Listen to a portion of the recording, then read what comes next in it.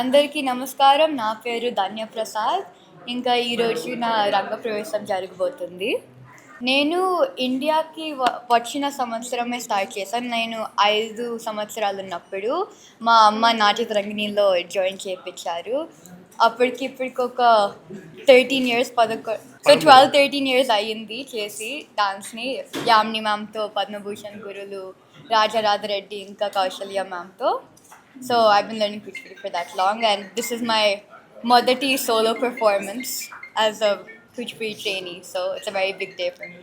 Yeah, I'd say it's definitely a dream for me. I've been wanting to do my Ranga Pravesam since I joined Kuchipudi. For the past 5 years or so, I've been dreaming about my Ranga Pravesam, and ఈరోజు చేయడం చాలా ఎక్సైటింగ్గా ఉంది, చాలా సంతోషంగా ఉంది. ఇంతమంది వచ్చినందుకు, నన్ను బ్లెస్ చేయనందుకు, for giving me such an opportunity to showcase what I've been able to learn over the past 13 years. It's a really heartfelt and emotional moment for me, because not only is it a culmination of all these years of dedication, not only from my part, but మా తల్లిదండ్రుల పేరు నుంచి లేకపోతే మా గురువుల వైపు నుంచి, it's a combined effort from all of us. So it's a really special moment. So నేను స్టార్ట్ చేసినప్పుడు నా అక్కతో పాటు స్టార్ట్ చేశాను. And for the first 7 years, because both of us were doing something together, that's what motivated me to keep going. After, when she went to college, she stopped, like she's not in Hyderabad anymore, she went to the US for college.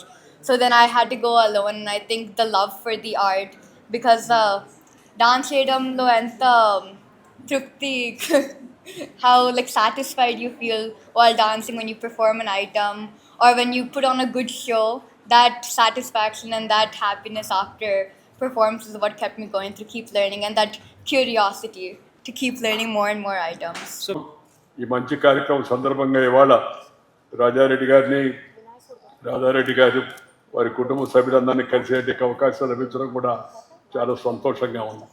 ఎందుకంటే భారతీయ సాంప్రదాయాలు, సంస్కృతి, కళలకు వారు చేసినట్టు సేవ, అది మనందరూ కూడా ఎల్లప్పుడూ గుర్తుంచుకోవాల్సిన అవసరంతో కూడా ఉంది. ఇలా ప్రోత్సాహాన్ని అందించడమే మన భారతీయ సంస్కృతి, తెలుగువారి సాంప్రదాయం. మంచి పని చేసినా, మంచి స్థానం సంపాదించిన, మంచి తనంతో ప్రజల యొక్క హృదయాలను గెలుచుకున్న వారిని అందరి ముందు అభినందించడం అవుతుందో అది మన యొక్క పద్ధతి. అందుకని ఇవాళ కేవలం నాట్య ప్రవేశం చేస్తున్న అమ్మాయినే కాకుండా వారి తల్లిదండ్రులను, వారి గురువులను కూడా అందరినీ నేను హృదయపూర్వకంగా అభినందిస్తున్నాను. అందరూ కూడా వారికి అభినందనలు తెలియజేద్దామని మిమ్మల్ని అందరినీ కోరుతూ ఉన్నాను. ఇది మన సాంప్రదాయం. కొంతమందికి సాంప్రదాయం అంటే అదేదో చేదస్తంలాగా అనిపిస్తూ ఉంటుంది. కొందరు విమర్శలు కూడా చేస్తూ ఉంటారు. ఆ విమర్శ చేయడమో ఒక చేదస్తం అని అంటాను. ఎందుకంటే ఈ దేశం మన కళలకు కాణాచి. ఆదికాలం నుంచి, వేదకాలం నుంచి, పుణ్యకాలం నుంచి, పురాణకాలం నుంచి మన పూర్వీకులు అనుభవించి, రంగరించి, మేళవించి మనకు అందించేట వారసత్వం సాంప్రదాయం అవుతుందో దాన్ని మనం గౌరవించుకోవాలా. మన తర్వాత తరానికి కూడా దాన్ని తెలియజేయడం కూడా మన కర్తవ్యంగా నేను భావిస్తున్నాను. ఈరోజు ఈ యొక్క కార్యక్రమంలో పాల్గొంటున్నట్టు అందరినీ పేరు పేరున నేను అభినందిస్తూ, ఎక్కువగా మీ సమయం తీసుకోకుండా 2 మాటలు చెప్పి ముగిస్తాను. సాంప్రదాయం అంటే చక్కగా అందించడం అని అర్థం. సమ్ అంటే సంపూర్ణంగా లేదా చక్కగా, ప్రా అంటే ఉన్నతంగా, గొప్పగా, దాయా అంటే ఇవ్వడం. అదే మన సాంప్రదాయం. అది ఒక గొప్ప సంపద భారతదేశానికి, మనకి పూర్వీకునికి వచ్చినట్టే ఆ సంపద. ప్రతి సంస్కృతిలో 2 అంశాలు ఉంటాయి. ఒకటి జీవన విధానం, రెండవది విశ్వాసాలు, నమ్మకాలు. ఈ రెండింటిలోనూ కళలు భాగస్వామ్యం వహిస్తాయి. 64 కళలను భారతీయ సంస్కృతి తెలియజేసింది. ఏ కళ అయినా సరే అందులో పరిపూర్ణత్వాన్ని సాధించే దిశగా కృషి చేసిన వారిని గౌరవించుకొని తీరాల్సిందే. అరంగేట్రం చేస్తున్న వారిని అభినందించాల్సిన అవసరం ఎంతో కూడా ఉంది.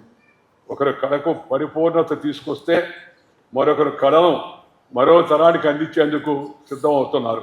అలా కూచిపూడి నాట్యాన్ని భవిష్యత్తుకు మోసుకెళ్తున్న చిరంజీవి కుమారి ధన్యా ప్రసాద్ను మనందరం ఆశీర్వదించాలి, అభినందించాలి. భారతదేశంలోని ప్రాచీన కళారూపాల్లో తెలుగువారికి ప్రత్యేకమైన యొక్క కూచిపూడిది ఒక విశిష్టమైన యొక్క స్థానం. యక్షగానం, వీధి భాగవతం, దేవాలయ నృత్య రూపాల నుంచి కూచిపూడి కేంద్రంగా ఈ నాట్యం ఉద్భవించింది. ప్రపంచవ్యాప్తంగా ఆదరణ పొందింది. అంటే తెలుగువారి పురాతన జానపద కళలకు కూచిపూడి నృత్యానికి అవినాభావ సంబంధం ఉంది. అందుకే కూచిపూడి నృత్యం కేవలం వినోదాన్ని అందించడమే కాదు, విజ్ఞానాన్ని కూడా పంచుతుంది, మనకు ఒక సందేశాన్ని కూడా ఇస్తుంది. ముఖ్యంగా కూచిపూడి నృత్య సాంప్రదాయంగానే నాకు భామా కలాపమే గుర్తొస్తుంటుంది. సత్యభామ ఏకపాత్రాభినయంలో కనిపించే నృత్య నాటకం మహిళల ఆత్మగౌరవానికి ప్రతీక అని నా వ్యక్తిగతమైన అభిప్రాయం. నృత్య నాటకం ద్వారా ఆత్మగౌరవాన్ని, ఆత్మవిశ్వాసాన్ని అందించేలాంటి కళ్ళకు మించిన వికాస పాఠాలు ఇంకేముంటాయి చెప్పండి. నేను చిన్నతనంలో ఉన్నప్పుడు కొందరు తల్లిదండ్రుల నోట విన్న మాట నాకు గుర్తొస్తుంది. చదువుకుంటే 4 రాళ్ళు సంపాదించుకోవచ్చు. ఈ కళలు ఎందుకనేవాడిని కూడా నేను ఆ రోజుల్లో కొందరు చూశాను. కానీ మన యొక్క నాగరికత వికసించే కొన్ని ఈ చదువు ముఖ్యమే కాదన్నాం, కానీ సంస్కారం నేర్చుకోవాలన్నా, జీవితంలో ఎదురైన వివిధ సమస్యలకు పరిష్కారాలతో విజయ తీరాలకు చేరాలన్నా కళలు నేర్చుకోవడం అత్యంత ఆవశ్యకం అని చెప్పి నేను భావిస్తున్నాను. చదువుతో పాటు సంస్కారం ముఖ్యం. సంస్కారంలో అంతర్భాగమైన మన భారతీయ కళలు, మన సాంప్రదాయాలు, వీటన్నింటినీ కూడా మనం రక్షించుకోవాలి. ఒక అభినయ దర్పణంలో ఒక వాక్యం ఉంది, యతో హస్త సతో దృష్ట, యతో దృష్ట తతో మనః, యతో మనః తతో భావ, యతో భావ తతో రస. చేసే పని మీద దృష్టి ఉండాలి. దృష్టి ఉన్న చోట మనసు లగ్నం కావాలి.